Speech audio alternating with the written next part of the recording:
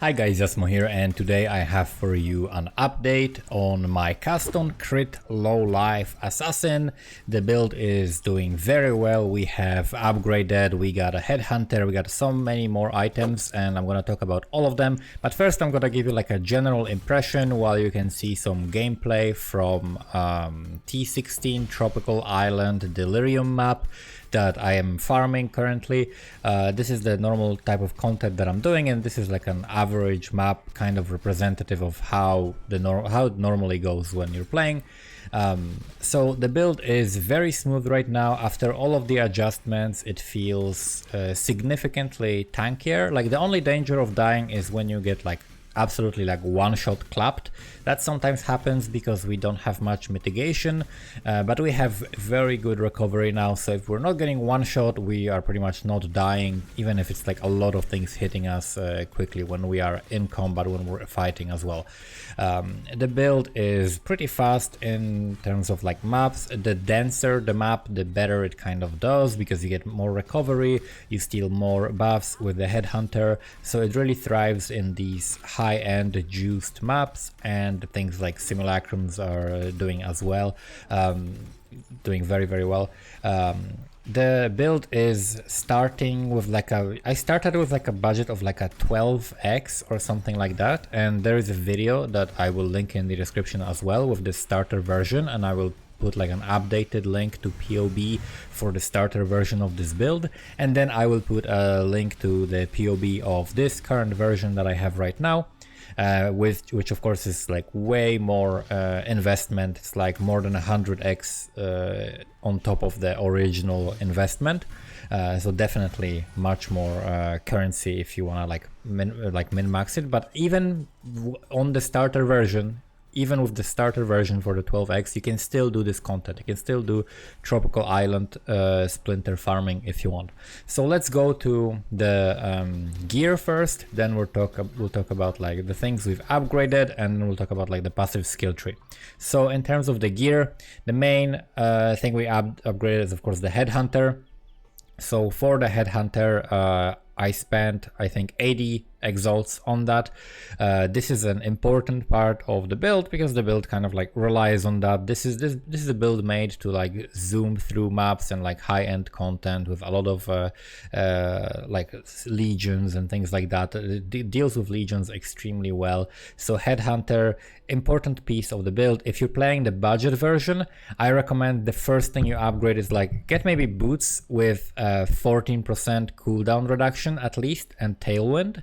That'll be the first upgrade, because that will significantly boost your damage and give you like better movement speed, and that will do pretty much wonders for you in terms of like how powerful your build is. And then the next big thing is the headhunter, so that's what I recommend getting. Other than that, I have upgraded the rings. I have found this ring actually myself. It's not the ideal ring that I want to wear. This is still like this is just like a free ring for me. I just equipped it because this is the better Circle of Fear that I just bought right now for 12x. This gives me -3 to total mana cost of skills implicit, which is actually very important for cycloning for 0 mana. This means I can do no regen maps, because we rely on like recovery on hit and like ES recovery and no regen, so we can do no regen maps, no problem right now. This was something I had to roll over the maps, but now I can do no regen because the mana cost is 0, and this also solves the problem that sometimes happens with headhunter when your attack speed becomes so insanely fast that you literally make yourself out of mana instantly when you press cyclone, because you just do like so many attacks that you just instantly drain your mana, and then you just stand there and can't do anything because you have like lower mana regen or something. So this -3 to total mana cost is very big quality of life for this build. I definitely recommend a Circle of Fear that has this mod. I bought it for 12. It also has like maximum cold res roll, and it has the cold damage has a low bottom end but high top end. Then Herald of Ice has increased buff effect, is very high, and then the increased cold damage while affected by Herald of Ice is kind of low, but it's still fine. Those are the two mods you're looking for: increased cold damage while affected by Herald of Ice, and Herald of Ice has increased buff effect for the other flat damage, right? So that's what you want on these Circle of Fear, and basically you want 2 times that. So the second one, instead of the minus total mana cost of skills, you can get on implicit like resistances. You can get something like, I don't know, you can get crit multiplier. Those are very expensive, but that's something really good to get. You can get increased cold damage. Whatever you can get on it that helps your build is good. Then the next thing, I changed a little bit the helmet. I changed the helmet just so that I can fit aspect of the spider, because I needed to like play with my resist. So I got another hubris circlet on the helmet. Eventually you're gonna be looking for +1 to power charges, and nearby enemies have -9% cold res and 40% increased Ice Nova damage enchant on that, right? But for now I picked this up very cheaply and I put aspect of the spider so that I can have my resist balance, some ES, and a little bit of Ice Nova damage, and aspect of the spider, which we are reserving right now together with our other 8 auras.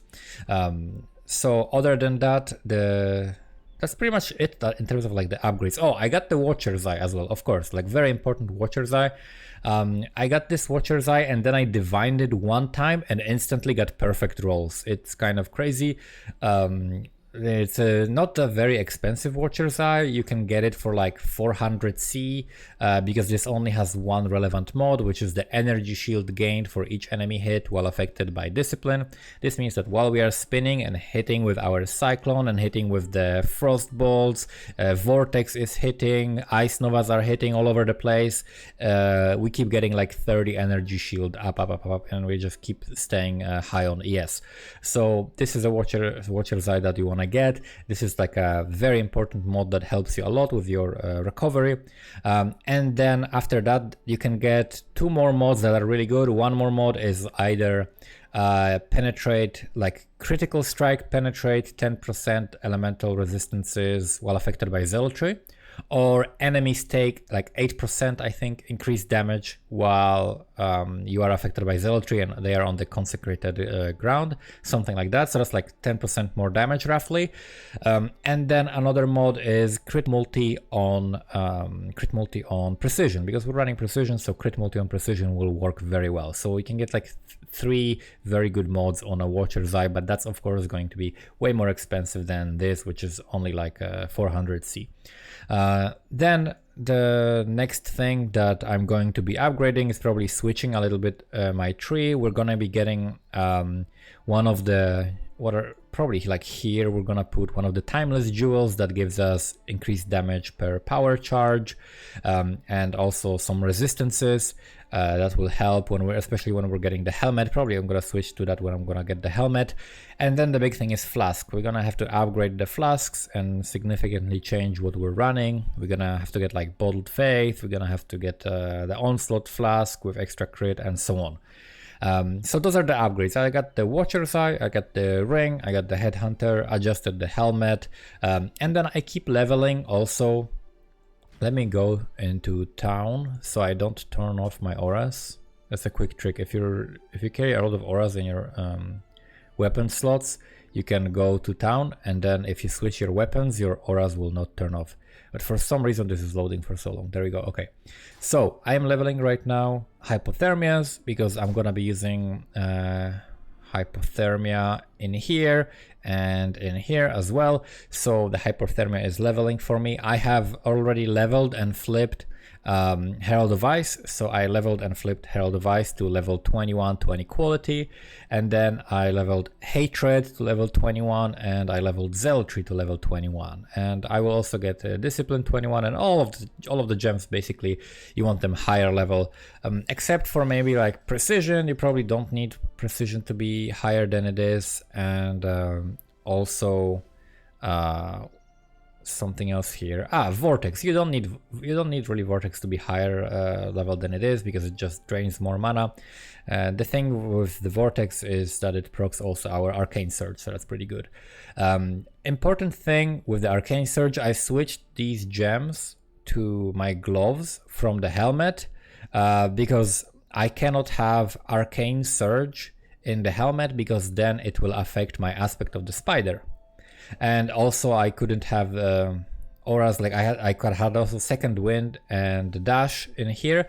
So second wind, I had to switch like the second wind and dash away from the helmet as well and put auras here. And I had to unlink the boots. You can see the boots are only flesh and stone and blood and sand, and also dash and second wind are linked separately, because otherwise second wind would affect the flesh and stone and blood and sand, giving them increased mana reservation, which is not something that I want, right?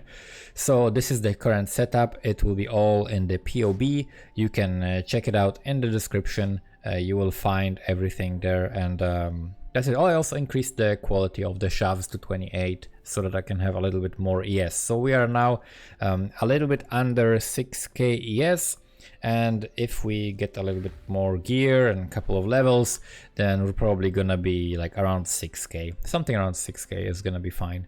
You can also probably get like ES on the rings maybe. I saw someone with like a corrupted headhunter with 10% increased energy shield. That's pretty good as well. So that's it for this update. If you're following this build and you want to see exactly any of the details that I missed, you can check it out in the path of building, and otherwise you can check out my stream, because I've been streaming pretty much every day recently, and I stream usually around the morning time Europe, like morning to noon European time, up to like 3 p.m. usually. I stream usually like before my videos release. So if you follow when my videos release, before that I usually stream. Thank you guys for watching, and see you next time.